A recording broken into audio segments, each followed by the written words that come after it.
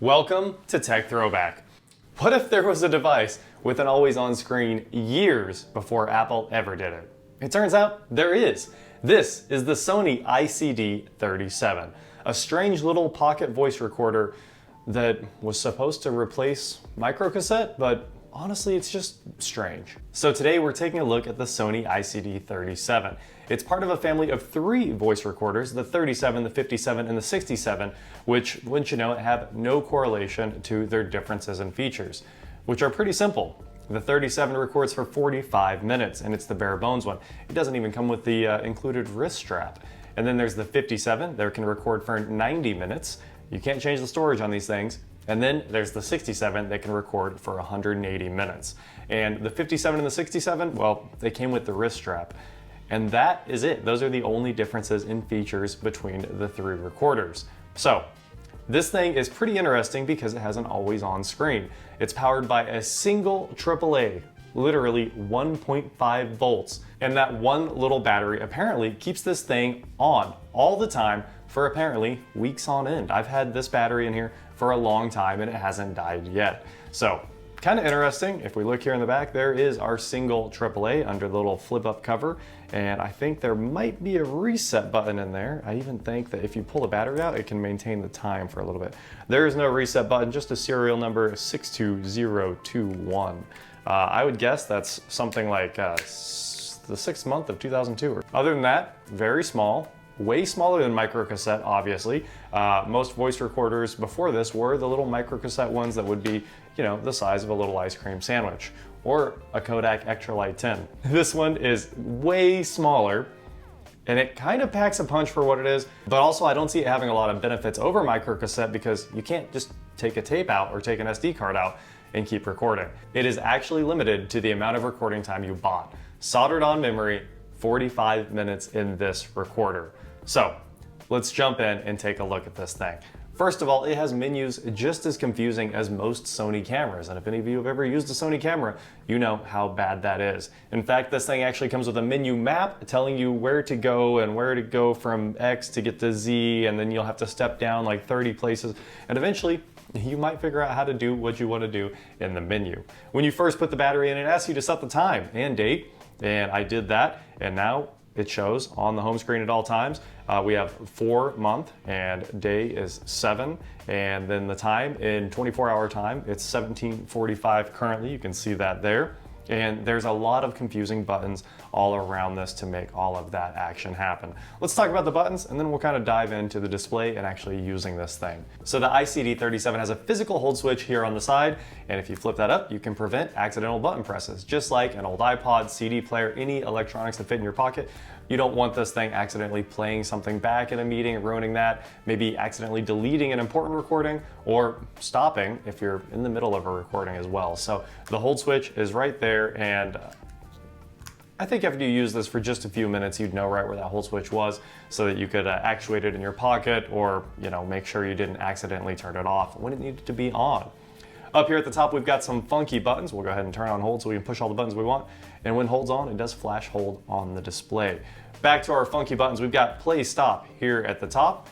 It fits right into your hand. If you're right-handed, if you're left-handed, it's a little different, but I assume it would still work out for you. We have plus minus toggles as well as track forward and track back here on the side. And on the front, we've got a stop button. So I assume that stop button will work for playback. And then beside that, we have record, start, stop, which is an arguably way more important button. So start recording, any voice recording there, and stop it. It's got 3 dots on it so you can find it in your pocket without looking as well. Beside that, we have the erase button. If you need to erase a memo, I think you actually have to hit it and then confirm with a yes for reasons that you obviously understand. Also on the front is the speaker. It's got a drilled out speaker grill there and the mic. Model number, LCD segment display that is always on. They really did beat Apple to the punch here by many years. I still don't understand how it can just keep this LCD on for weeks at a time, possibly even months. On the top of the voice recorder, we have the file and menu buttons. The menu button has a little dot so you can find that without looking as well, although I don't know what you'd do if you were trying to use the menu in your pocket. it's literally impossible to understand. On the back of this little recorder, you've got the play speed control. It's recessed so you don't accidentally hit it or hook it with something in your pocket. It's on normal right now. You can go fast and you can also slow it down. I think that's 2 times in either direction, 2 times slow or 2 times fast. You can't vary it other than that. There's also a volume control, a physical volume control for the playback volume. This is not the microphone volume. That one's buried in the menu, and there's only 3 positions for that: high, medium, and low. So that's your speaker volume. And other than that, we have a little lanyard spot on the bottom. Like I said, the lanyard doesn't come with this one, and there's a headphone jack so you can listen to your recordings in private. If there's one thing that severely limits this voice recorder's usefulness, it's that headphone jack. It should have been some kind of replaceable media option, but if you need to archive a memo or some important meeting, you would have to record it back off of the headphone jack onto something else, like your computer, and you have to do that in real time as well. I guess you could change it to fast, and then you could slow it back down, but you'd probably lose some quality, so just let it play overnight into your computer or something like that and save your memos that way. Honestly, I'm super glad that later on these came with SD cards. Before this, you had microcassettes, and people would just keep boxes of microcassettes. You could keep as many as you wanted. So let's unlock this thing and jump into using it. So it has 3 files, and when you see 3 files on the packaging, you're like, it only records 3 memos?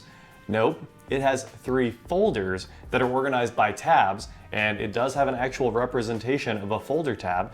And if you want to keep like a file for work memos and a file for personal and a file for, I don't know what the third one's going to be, but you have A, B, and C file folders, and you can keep different memos in each one. Now you can't keep 45 minutes in each one. You can only keep 45 minutes total on this thing. So maybe opt for the big one if you think you're going to record a lot of stuff.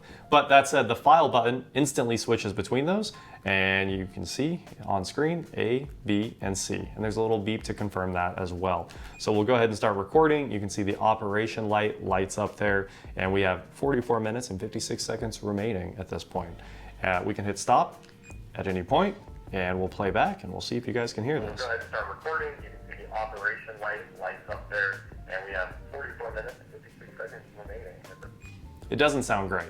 I've tried to record a couple little memos with it just to play around with it. Why not? It's nostalgic, it's kind of cool, and it always sounds very muffled, and I would assume they all sounded like that. But maybe if you put this on the center of a meeting table, that would actually work out pretty well. Especially when you're trying to hear people that are really far away from the recorder. Maybe they'll sound great, and the people that are too close to it might be kind of clipping the mic, and that could be the actual problem. So I'd say at least you have a recording of what you wanted to capture. It's just not going to be a good one. So we'll hit erase, and you'll notice Test 1, 2. It starts playing, and then you actually have to confirm again that that is the memo you want to delete. So it's pretty usable if you stay with the functions that have hard buttons on this thing. It does kind of make sense. You don't need to go read a manual. It's very simple. But if you want to get into the menus, ooh, they abbreviated everything, and it is pretty hard to use. So we have beep on, and also set date. The date, that was honestly one of the more confusing things. It has continuous recording on and off. That is way better than any old school tape setup, because obviously, just like a dash cam, it will keep recording on the front end and deleting all the recordings on the back end. So you can just have a 45-minute loop. Tape can't do that. That is way harder to do, and this makes it pretty easy. So we'll keep going. Here's our microphone sensitivity. It's currently set to high, and we're back to beep. So it does seem pretty simple. It's kind of strange that Sony maps out the menus in so much depth. I think it's just because setting the time and date is pretty complicated compared to the rest of this recorder. Anyway, that is a complete walkthrough of using the ICD-37. I basically got this thrown in with a bunch of other electronics as well, and I thought it was interesting. Maybe one day I'll run into a 57 and a 67. My take on the ICD-37 is it probably didn't sell very well. It was probably more of a stocking stuffer. People bought this for somebody thinking it was creative or a cool gift because it was probably pretty cheap. And then whoever ended up with it was like, not very useful. I can't get my memos off of it. I can't save them anywhere. I'm not gonna use this thing again. So it ended up being kind of a cool electronic device that got thrown in a cabinet and never used again. That's probably why this one looks pristine, and it's from 20 plus years ago. And if you're a spy, this might be the recorder to have. In fact, I think that's actually the target market. It fits in a shirt pocket very well. Nobody would see it there because it's so slim, and you could throw that in, you know, a pocket, hide it somewhere with continuous recording on, and it would do, well, it might capture what you wanted as long as it happened 45 minutes after you hit it somewhere. Anyway, that is all I have for you guys today. Thank you so much for watching Tech Throwback. Don't forget to subscribe, and I can't wait to see you on the next one.